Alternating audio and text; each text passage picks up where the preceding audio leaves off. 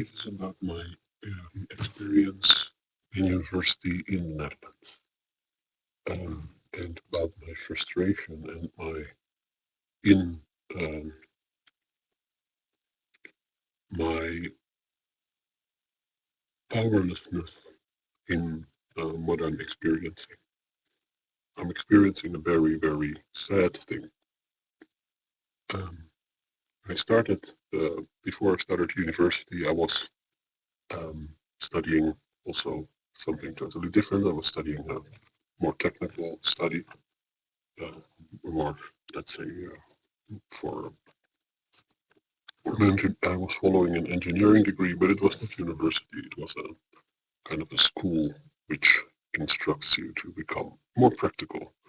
And that was not exactly what I was looking for. I was looking for more for in-depth analysis of things, or an in-depth understanding of a subject, because I wanted to understand things really in depth and not be only able to apply certain stuff. Not per se for the research. I didn't want to per se become a researcher, but I just wanted to um,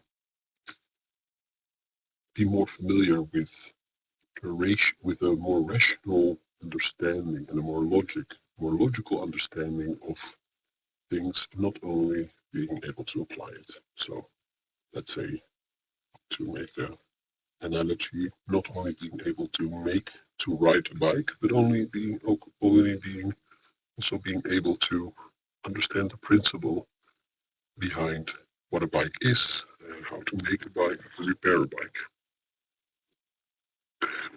So I started studying university, and I made a big mistake because I chose a study in the humanities. And the first year was still, I started studying in 2019, and the first year of studying was still very fun, most of all because people were just starting, and the subject matter were still yeah, very fun. We had a lot of theory about music and about um, life and about history and about all kinds of subjects. And it was only about it was very clear that that this theory was undisputed. It was something that was also you could take it on face value, even if there were sources. It was a very um, uncontroversial topic. And from the second year on, also when COVID started, the topics and the claims made in the lectures and in the literature we had to read, and also claims made by the professors, started to become more and more controversial. Um, what started happening is that the um, let's say the social justice um, vibe really amped up a lot. The professors really started to not directly but indirectly tackle uh, certain claims which have been made before by other by people, for example, about just let's say not even, for example, the story of gender. That gender is a construct, and that transgenders are women, just like other women are. These these statements were not discussed and not questioned, but only they were given, and we had to just work with work with given statements. So, given the statement this and this, X, research Y, and this is all right when you are talking about undisputed claims, but these are claims that are not so undisputed and are actually um, also maybe very, very weird for people who are not very uh, acquainted with subject matter. And also it became more and more clear that actually the people who studied together with me were totally were ideologues. I didn't know this at first, but because I didn't know, I thought, well, they're just happy people, maybe I thought they were alternative people. I thought they were just people who, people who had interesting things to tell. Then I more and more realized that they actually were part of a very, very, very big subculture, mainly the social justice, identity politics, gender politics movement, and I would call it social Marxism, although there are people who dispute this title. But I would call it the very clearly um, progressive, but in a way which did not it was not progressive as a product. So because let's say progressivism is not something that is wrong in itself. Progressivism is good. I mean, progression is a good outcome if you proceed, if you progress, if you go further. It's a good outcome, but it's not a goal in itself. It shouldn't be. The progress is a product of a uh, of it's the fruit of a certain work. It's not something you can force. You cannot force progress. Progress is a process, but it's not a process which is it shouldn't be um, consciously sought after, because progress is just a certain kind of development. There are multiple developments, and uh, you also can have a regression. You can go back, but because going back and going forward should be, there's no negative or positive connotation on these two subjects. In a sense, if we tomorrow decide to stop driving cars and going back to riding um, horses, there is that you could call that regression. We go back, or conserve, or progression, depending on your definition of it. But um, it is not that because it is regressive or progressive that it is good. It's just a way to, um, how could you say, uh, just a way to describe something. Or let's say it more clearly, if we define progression um, as the working towards a better life and the better, being better and the better. That is a very big claim to make, because we don't know when, or if things we develop are good or bad in the first years. Let's say we can now look back at the Industrial Revolution and see that it was a good thing because it brought us where we are now. But at the time, it was also a hell. So progression is not so clear cut. And the problem I have with these people who call themselves progressive is that they do not see progression as a outcome, as a byproduct of just the process of living and about reflecting on things and about thinking critically. They see progress as a kind of uh, as something that needs to happen. That progress is something that needs to happen, and it is a how could you describe it? It's almost they see progress not as a thing that happens, but they very clearly, in my opinion, see progress as just being virtuous. So their definition of progress is doing whatever uh, looks like it is virtuous. So if without very close as an examination. So, for example, we should all and actually maybe a very naive definition of what virtuous is. That's progress. A very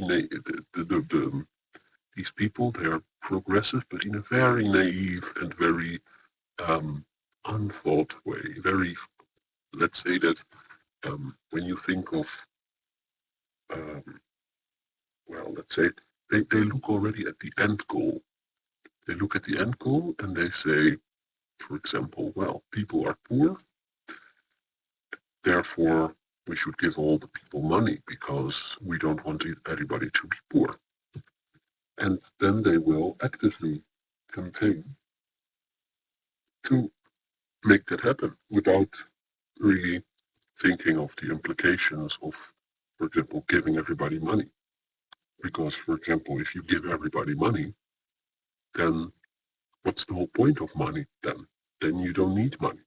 Then nobody has money if everybody has money. So these claims of redistribution of wealth, these kind of very naive ways even about thinking about maybe not even knowing how money works, how really money works, what really, you know, and then and that's when you also come to the problems of, for example, um, yeah, these people are very equal. They think of equality as a end goal, equalitarianism, but not in a kind of, not equality of opportunities, but equality actually of outcome, that everybody should be also the same. This kind of very equity thinking. So there should be rights for everybody. There should be, everybody should make the same kind of money. Everybody should be represented. Everybody should be forced to and excrete less um, greenhouse gases. It is kind of thinking of, in a way, as if when equality is reached, then the second coming of Christ will arrive. This kind of very religious thinking in a very irrational way about very kind of also with a very naive perspective on good and evil and having these kind of terms very clearly in their mind, good and evil. And this becomes it is very annoying. It becomes very frustrating. And the reason why it becomes frustrating for me is because these people have problems when somebody is critical. And what happens is that critical questions, when they are asked, these people have the tendency, because they already know, like the way these people reason is not, they are not open to challenging their own ideas, because they actually, let's say because virtue is their goal, and whatever is in the comes in the way of this, or if equity and virtue is their role. So whatever, maybe not virtue is the goal, but equity is more the goal. So and also virtue, but it's less clear. These people, they don't, their motive for doing things are actually very. I suspect that their motives are actually very of a small-minded nature. So doing things because other people are doing them actually. So feeling, being being confirmed by other people, being confirmed of your virtuousness, and oh, you're so good and you're doing so well, and feeling a group, like a group cohesion. So when a group has this thought, so their value is very dependent on their group. So when you criticize certain thoughts, certain ideas, they feel threatened because it is a temptation to be maybe different from the group. So, and that's what really makes me sad, is that we come back to the age-old just group thinking and just this kind of sheep mentality, which is very, very ironic and sad to see when it also even happens with um, things which are on the surface, um, which on people who actually on the surface advocate for diversity um, and we should be more and progress. But they only see progress in their own way. They're very closed about challenging their own ideas. They are not in search of truth, but they are in search of the confirmation of their own ideas. And not and I think that everybody has this in some way or another. I think I'm not immune to this as well. But what I try to do is that I don't, I recognize when my ideas are threatened, and I try to defend myself by logical reasoning. So I have logical reasonings and I propose them to the person who attacks my ideas. And if the answers to my ideas are a question which maybe denies my conviction, then I change my mind. So I'm open to my ideas are only as firm as my arguments are. And if my arguments actually are not that strong, because logically maybe somebody has actually a good point, then it doesn't. I do not feel that then I lose because I am not. I am not those ideas. I'm just. Um, I just have. I had these ideas, and now I have other ideas. But these people are so invested in their ideas that, and their whole identity is built around their ideas. That when their ideas, the threat that they experience is that changing their ideas is also a real big change in their life. And that is the sad part when, and it's a very, and, you know, as far as it is very clear to see that people are weak and group thinky, then it's not that a problem, a big one. But it becomes a problem when it is noticeable inside of the universities, because what you see inside the universities is that um, even teachers are kind of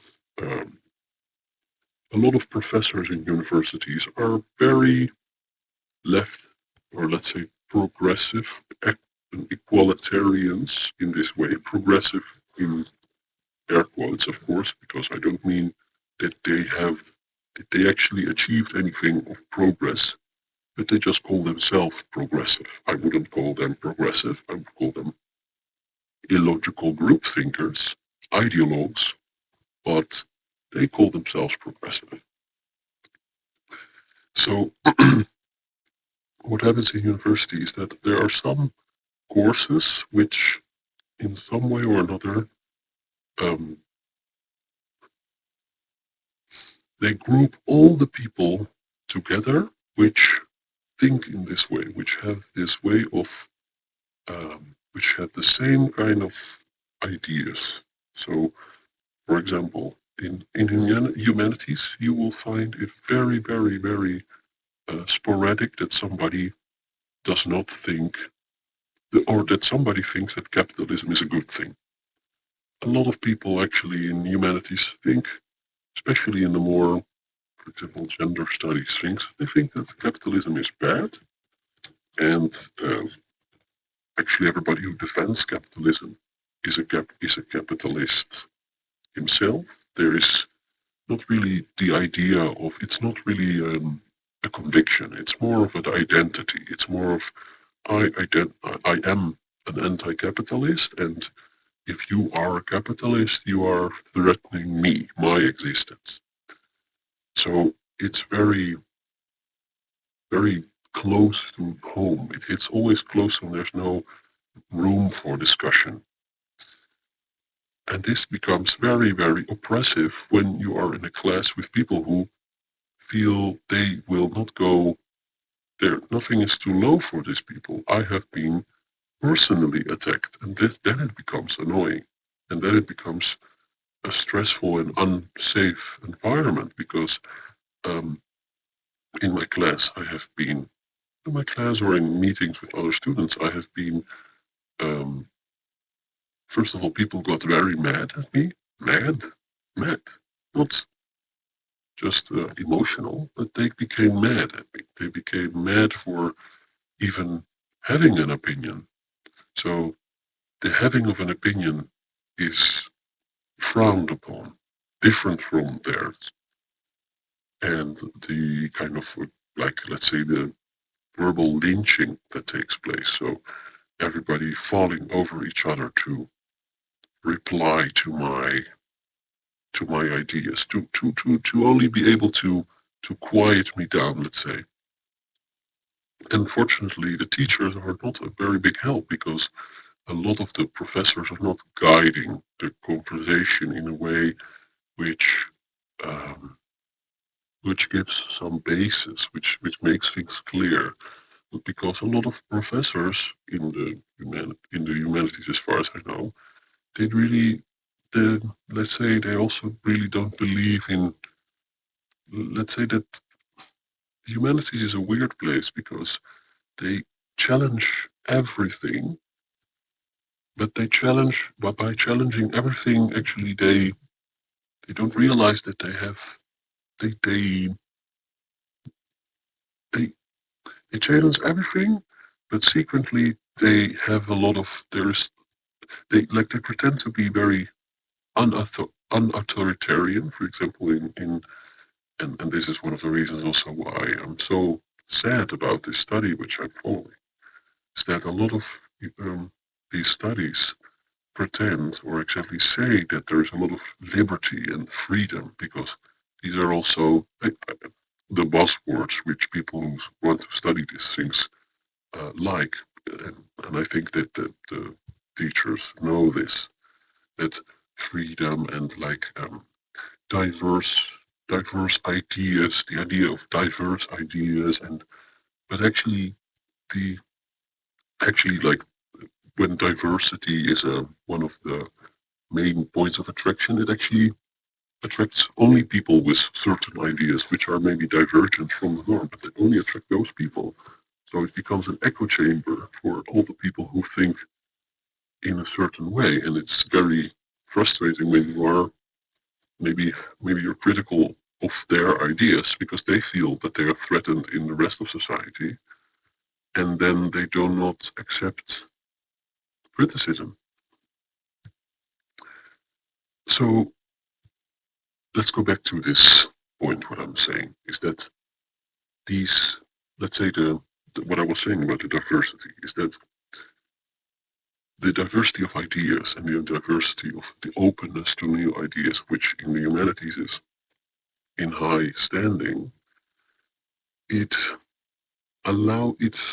it's actually more of a facade because what happens is that all ideas are accepted, but not as long as they challenge the statement that all ideas are accepted.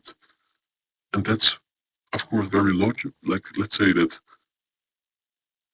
they do not understand that they have that they have initiated a paradox in some way because they let's say that they are very hypocritical people. The professor in the humanities, and specifically my study in humanities. I do not know very well about others, but I know more about mine, although I've also followed courses in other disciplines.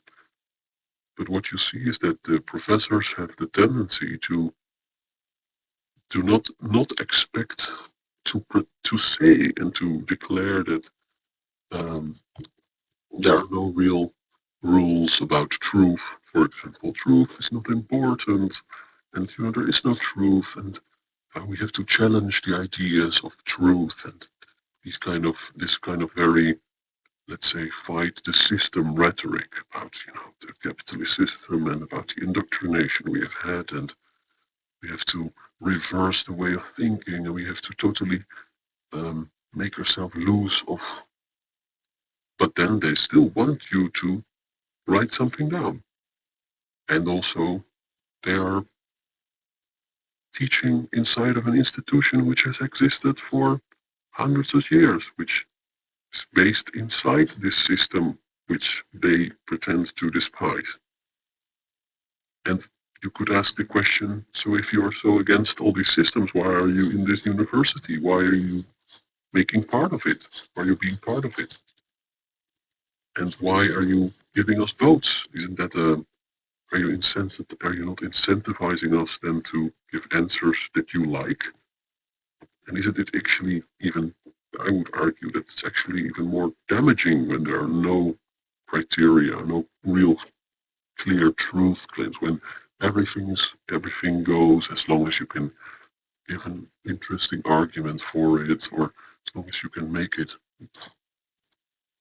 nice and clean, because that's honestly, I think that the humanities are mostly that, just writing poetically, giving some sources, um, and hiding things in obscurantist language. That's a big point. I don't think that actually people need. There are no real skills you learn, no real practical skills which you can point at in the humanities. Um, and what you get, and what is the real damaging thing to me, is that the skills you get are the subconscious tuning to your professor and saying what the person likes. So in some way, the negation of authority actually makes the authority stronger, because there are no rules and there are no criteria, but he will still give you a grade.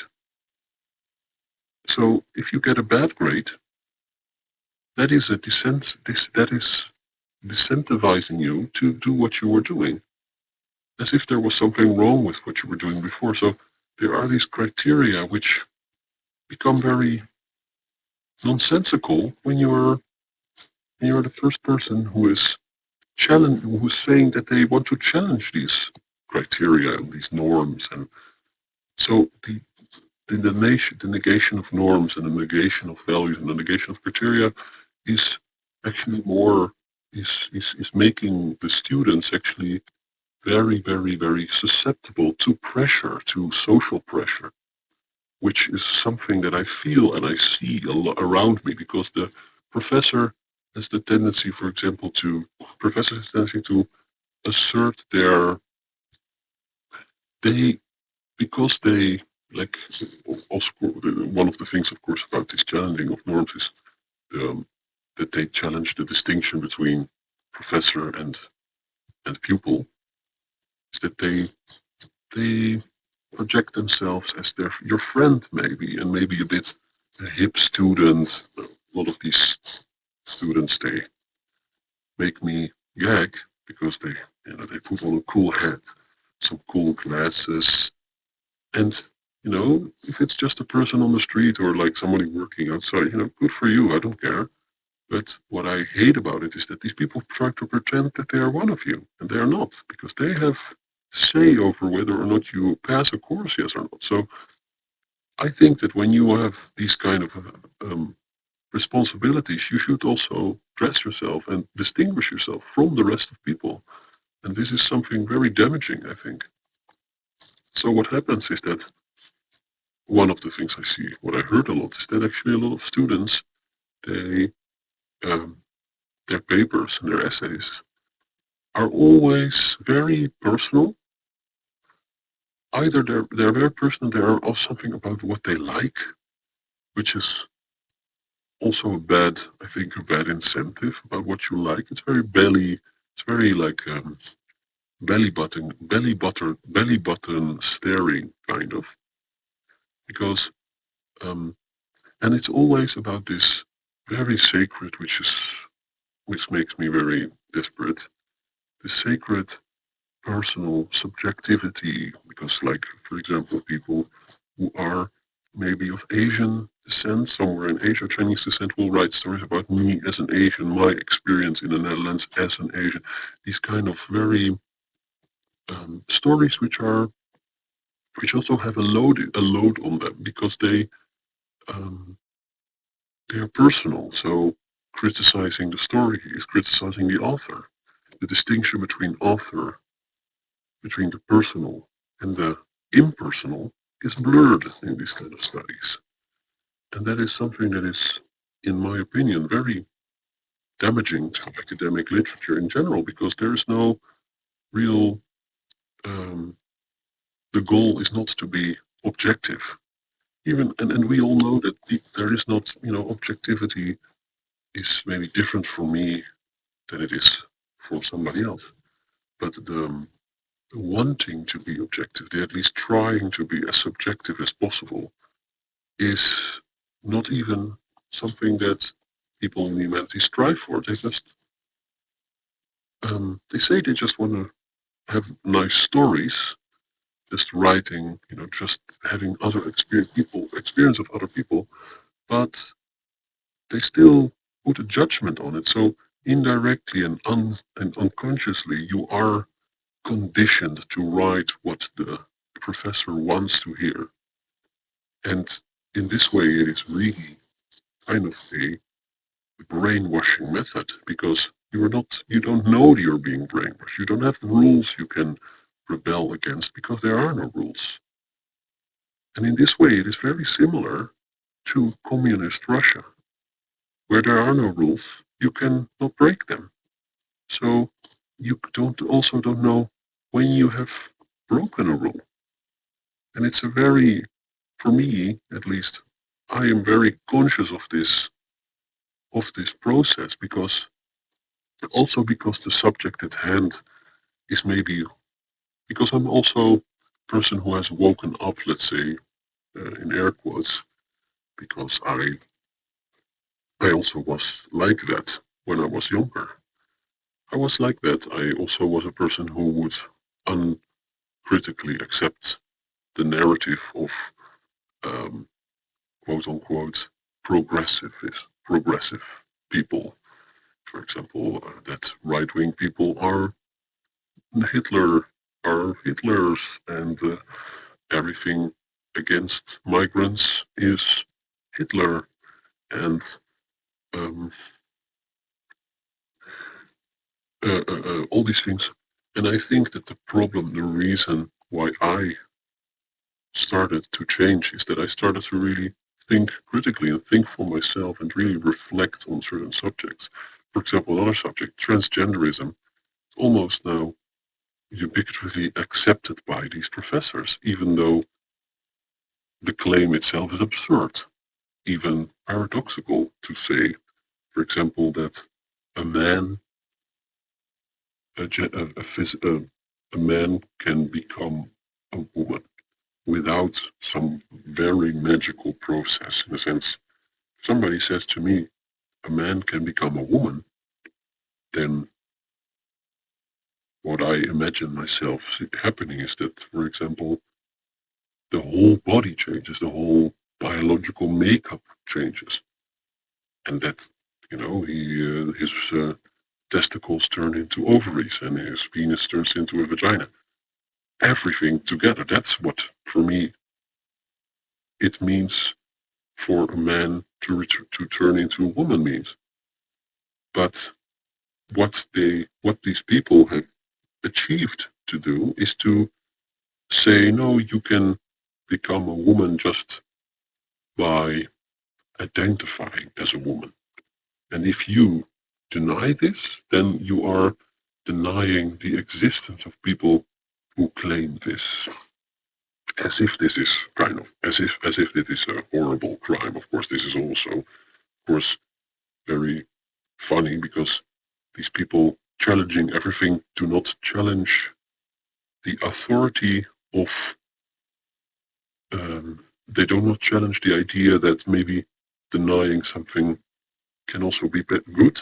For example, yes, if I deny the, if I deny people who believe that they are wheelchairs and they should all be stored in a garage, that doesn't make me a bad person, because again, it is dependent on whether or not these people actually are wheelchairs.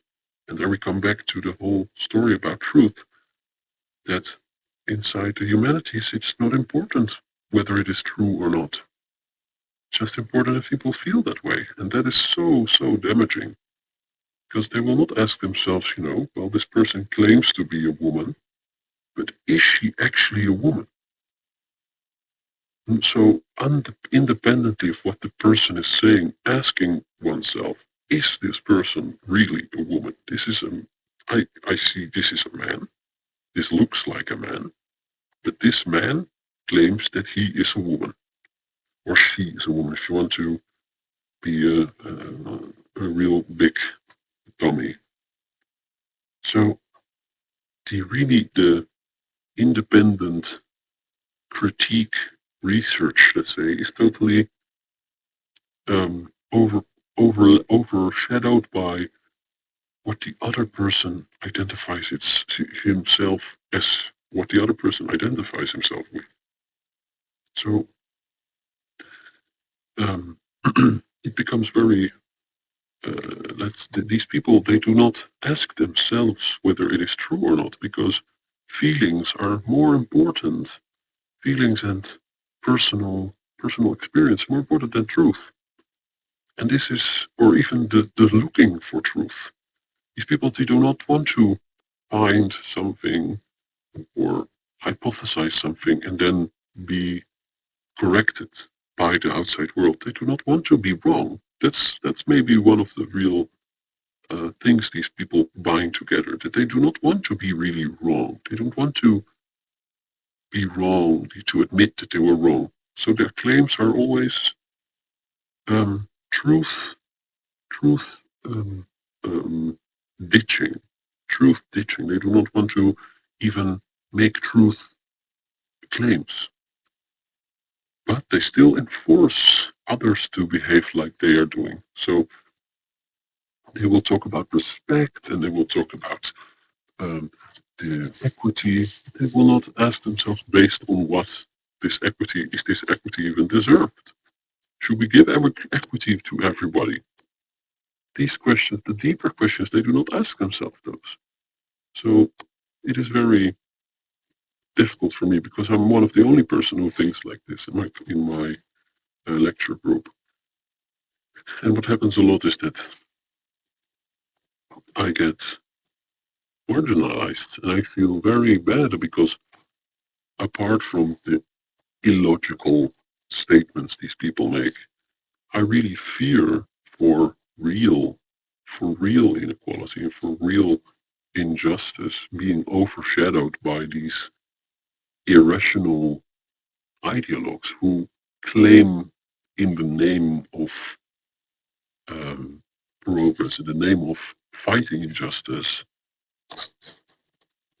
to have the answers, but thereby also painting, uh, making it very easy to paint all people who claim this with the same brush, because I really am very afraid that people will start, um, because they do it themselves, of course.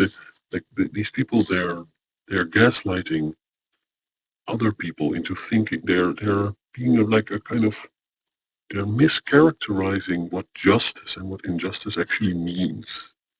They are making justice and equality and equity and progressivism only claims, some utterances. People can utter that they are progressive and that makes them so. People can utter they are a woman and that makes them so. People can utter uh, that they are for equity and therefore everything they do makes it equal or equitable or whatever, how you say it. And this is what I really think is very concerning, is that it is actually an invitation. It's kind of a invitation for people who genuinely are intolerant, people who genuinely have um, um, hate against other people, to also spark hate into people who are not like that, because it's it's propaganda. It's propaganda for their point. For example, if I hate gay people just because I don't like seeing two men kissing, it's very easy to use this irrational rhetoric to make my point that it has, giving gay people the right to have relationships together has only led to this kind of nonsense. And in some way, actually, these hateful, let's say, the real racist and the real, let's say, bad people in this world, they're not so different from these ideologues because they're both irrational. And but the one does not make, the only difference is that one does not even claim to be good. The other just thinks what he thinks and is not being able to speak to. The other one is the one who claims to be progressive has just learned that by saying I am very intelligent and I am progressive, he is um, immune from criticism. That the whole social justice and progressive and socialism movement has just made it possible for people to be immune from criticism because they do not adhere to the same rules. They make their own rules on what truth means, and they do not think in truth or not truth. But yet they go on yapping all the same, and this is worrying.